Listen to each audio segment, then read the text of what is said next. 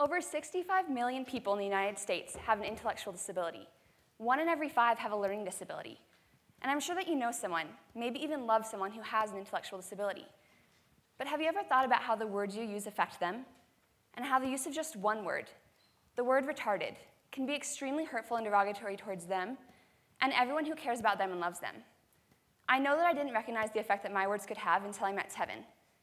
I was a senior in high school and wanted to be more involved, so my friend and I started up the Best Buddies program at our school.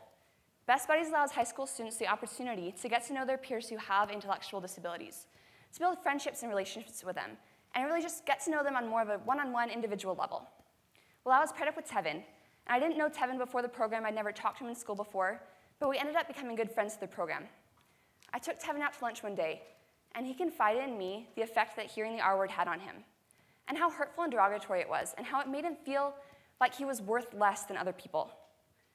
People would use the R word around Tevin without realizing the hurtful effects it had on him. I worked at a camp this past summer, and I was in the workroom after a staff meeting one day just talking to my coworkers. We were getting to know each other better. And I heard my friend Robert over in the corner talking, and I heard him say the word Mormon. So I leaned over to try to hear a little bit more.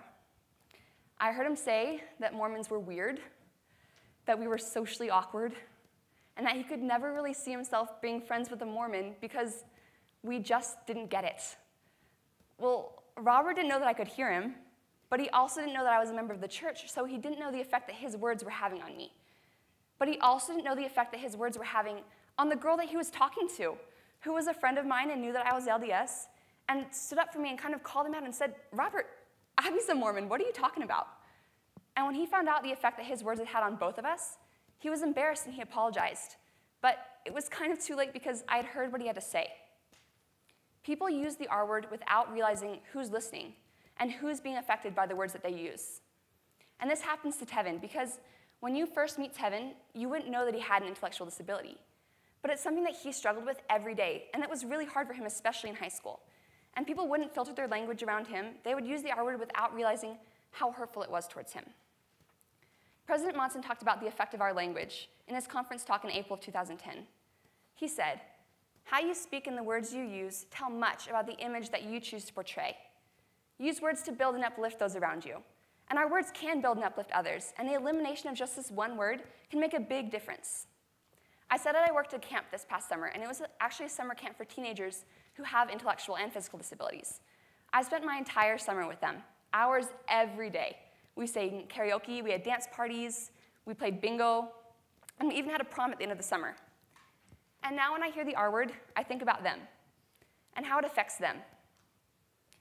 And not only them, but everyone who cares about them and loves them, because now I'm one of those people. And hearing the R word hurts me.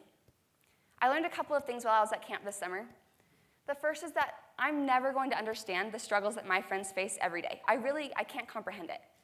But I also realized that I want to do everything in my power to make their lives just a little bit easier. And eliminating the R word from my speech is just one easy thing that I can do to make a difference. There's a national campaign called Spread the Word to End the Word. And it supports the idea that if we educate people about the harmful effects of the R word, that they'll stop saying it. Over 395,000 people have pledged online with this national campaign. And you can do it too. It's so easy.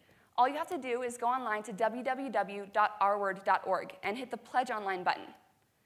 When I was a senior in high school, our Best Buddies presidency got up in front of the entire school on our morning announcements, and we made a pledge. We said, "I pledge and support the elimination of the derogatory use of the R word from everyday speech, and support the inclusion and acceptance of people with intellectual disabilities." When we made that pledge in front of our entire school, it had an impact on our school's community. We brought it out to the cafeteria that day, laid it out on a table, and people came and they signed it during lunch. People came and made the commitment to eliminate the use of the R word from their everyday speech, and these were teenagers committing to make a difference in their school's community. I brought a pledge with me today, and it's out in the hallway, and I urge you when you leave today to sign it, and to commit to eliminating the use of the R word from your everyday speech. It's time that we incorporated a new R word into our language, and that R word is respect. Because when we respect others, we really can make a difference in their lives. So I urge you to sign the pledge. I urge you to commit to eliminating the use of the R word in your everyday speech. And I urge you to commit to make a difference. Thank you.